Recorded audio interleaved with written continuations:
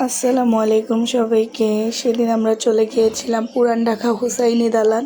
তো আমাদের পুরা সার্কেলটা মিলে আমরা চলে যাই হুসাইনি দালানে। অনেক দিন পর আমাদের ফ্রেন্ড সার্কেলের সবাই একসাথে বের হলাম। এই তো আমাদের পুরা গ্রুপটা সবাই মিলে চলে যাচ্ছি। এটা হচ্ছে আমাদের কমেডি নিপো, যেখানে যাব আমাদের বিনোদন দেয়। এই তো আমরা প্রায় হুসাইনি দালান চলে এসেছি। শুধুমাত্র দেখার জন্যই আমরা গিয়েছিলাম। তো সবাই মিলে অনেকদিন ধরে প্ল্যান করতেছিলাম যে যাবো দেখবো। তাই 9ই মহরম আমরা চলে গেলাম সেখানে।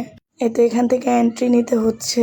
এখান থেকে এন্ট্রি নিয়ে ভিতরে চলে যাব। তারপর ওইখানে পাশে সবাই জুতা রেখে ভিতরে প্রবেশ করতে হবে, কারণ হুসেনি দালানের ভিতরে জুতা নিয়ে প্রবেশ করতে দেয় না। এই যে ভিতরে চলে গেলাম আমরা সবাই। তো সবাই ভিতরে অনেক বেশি ছবি তুলতেছিল, ভিডিও করতেছিল। এখানে আমাদের অনেকেই ভিতরে গিয়েছিল, আবার অনেকেই যায়নি।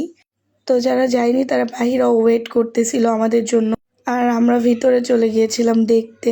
মূলত এটা সিয়াদের, কিন্তু সবাই যেতে পারে এখানে দেখতে। তাই তো আমরা সবাই ভিতরে যাচ্ছিলাম। এই যে সবাই চলে যাচ্ছিল। অনেক অনেক বেশি ক্রাউড ছিল। এত ভিড় ছিল যে মানুষের সাথে ধাক্কাধাক্কি হইতেছিল। আমরা এই পাশ থেকে চলে গিয়েছিলাম দেখতে। তো এখানে সামনে আবার খাবারের জন্য মিষ্টি দিচ্ছিল। সামনে যাওয়ার পর আর ভিডিও করতে দেয়নি তারা, তবু একটু একটু করে ক্লিপ নিচ্ছিল আমার হাজবেন্ড। তো এই যে হুসেনি দালানের মেন আকর্ষণ, কারবালার একটি অংশ তারা এখানে তৈরি করে রেখেছে, যেখানে শিয়া মুসলিমরা এসে জিয়ারত করে, দোয়া করে, বিভিন্ন কিছু দেয়। তো এগুলা থেকে অনেক কিছু জানলাম, দেখলাম। তারপর এই যে এখানে সিরিয়াল ধরে সামনের দিকে জিয়ারত করতে যাচ্ছিল সবাই। আমি আবার ভেবেছিলাম ভিতরে হয়তো অন্য কিছু আছে, পরে সামনে গেলে বুঝতে পারি না এখানে জিয়ারত করে চলে যায়। আর এদিকে বাহিরে এই যে তাজিয়া বের হইছে। এই তো তাজিয়া গুলা নিয়ে বের হইছে, তারা এখন মিছিলে যাবে। তাজিয়া, নিশানা, ওই তো পিছনে, এই তাজিয়ার পিছনেই নিশানা। এই যে নিশানাগুলো, এই নিশানাগুলো, এগুলো সবকিছু নিয়ে তারা এখন মিছিলে বের হবে। আমরা সেখানে আর দেরি না করে চলে গেলাম নাজিরা বাজার। এই তো নাজিরা বাজার চলে এসেছি। এই যে হানিফ বিরিয়ানি, হাজির বিরিয়ানি, এগুলো তো অনেক বেশি ভিড় ছিল, তাই আমরা চলে গেলাম মামুন বিরিয়ানি। সেখানেও প্রচুর ভিড় ছিল, কিন্তু আমি বুঝি না ভাই কেন এগুলাতে এত ভিড় হয়। না ওদের খাবারের কোয়ান্টিটি ভালো, না ওদের খাবারের টেস্ট ভালো।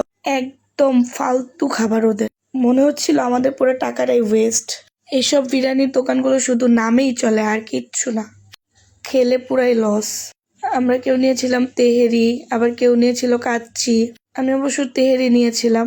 কোনো টেস্টই ছিল না ভাই, শুধু চালের গন্ধ আসতেছিল, আর কিচ্ছু না। সবাই শুধু ক্ষুধার জন্য খেয়েছিল, কারণ সবাই দুপুরে খেয়ে বাসা থেকে বের হইছে।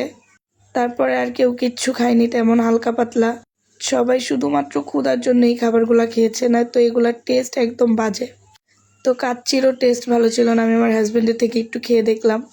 এক্সপেকটেশন যেরকম নিয়ে গেছিলাম তার থেকে অনেক বাজে ছিল খাবার। পুরান ঢাকার এই দোকানগুলোতে খেলে পুরাই টাকা নষ্ট করা ছাড়া আর কিচ্ছুই না। আমাদের অনেক বেশি ক্ষুধার জন্যই আমরা খেয়েছি, নয়তো আমরা খেতামও না। আমি নেক্সট টাইম আর কখনো গেলে এইসব দোকান থেকে খাবো না। এর থেকে বাহিরেও খাওয়া ভালো। আমাদের মিরপুরে এর থেকে ভালো খাবার পাওয়া যায়। এই যে দেখেন বিরিয়ানিটা, দেখেই বোঝা যাচ্ছে যে এটা কেমন হতে পারে। শুধু অতিরিক্ত অয়েল দেখা যাচ্ছে। এরপর চলে গেলাম বিউটি লাচ্ছি খেতে। এটাও নাকি অনেক ফেমাস, কিন্তু ভাই বিশ্বাস করেন এটার টেস্ট একদমই ফালতু। কিছুই ভালো না পেয়ে একটা পান খেয়ে নিলাম। তো পানটা এত বড় ছিল যে তা খাওয়াও যাচ্ছিল না। অনেক কষ্টে চাবায় চাবায় ফালাই দিছি লাস্টে, কি করব। কিন্তু মিষ্টি পান তো খেতে ভালোই লাগছিল এত কিছু পরে। তারপর আমরা বাসার উদ্দেশ্যে রওনা দিলাম। আজকের মতো এই পর্যন্ত। আল্লাহ হাফিজ।